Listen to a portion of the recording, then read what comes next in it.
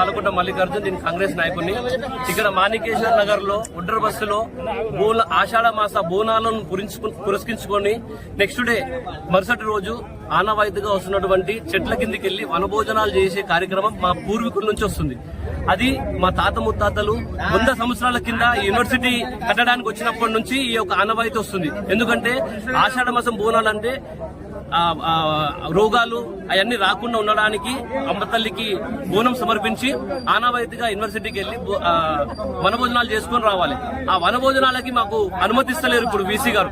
ఇక్కడ బ్యారిగేడ్స్ పెట్టి ఇక్కడ రావద్దని చెప్తున్నారు. మేమేం వాళ్ళ ఆస్తులు అంతస్తులు మాకు కావాలంటలేము. యూనివర్సిటీ జాగా ఎంతో మంది ఏదో విధంగా ఎన్నో విధంగా దగ్గర కొట్టుకుంటా వస్తా ఉన్నారు. కాకపోతే మేము యూనివర్సిటీని కాపాడుకుంటూ మా మాణికేశ్వర నగర్ ప్రజలందరము ఎన్నో సేవలు చేసినాం. ఈ యూనివర్సిటీకి మా పూర్వీకులు కట్టడానికి వచ్చారు. తెలంగాణ ఉద్యమంలో పిల్లలకి వాళ్ళందరికీ హక్కున చేర్చుకున్నాము. ఈ రోజు మేము అడిగేది ఒకటి, మాకు వనభోజనాలు చేయడానికి అనుమతించండి దయచేసి. లేకపోతే ఇప్పుడు మాణికేశ్వర నగర్ లో యువత పెద్ద మనుషులు అందరూ వచ్చారు. రేపు ఇప్పుడు మరో 1 గంట సేపట్లో లేడీస్ పిల్లలు అందరూ కూడా ఇక్కడికి వచ్చి భారీ ఎత్తున ధర్నా చేస్తామని చెప్పేసి సందర్భంగా మీకు తెలియజేస్తున్నాం. మా యొక్క జన్మ హక్కును మేము అడుగుతున్నాం.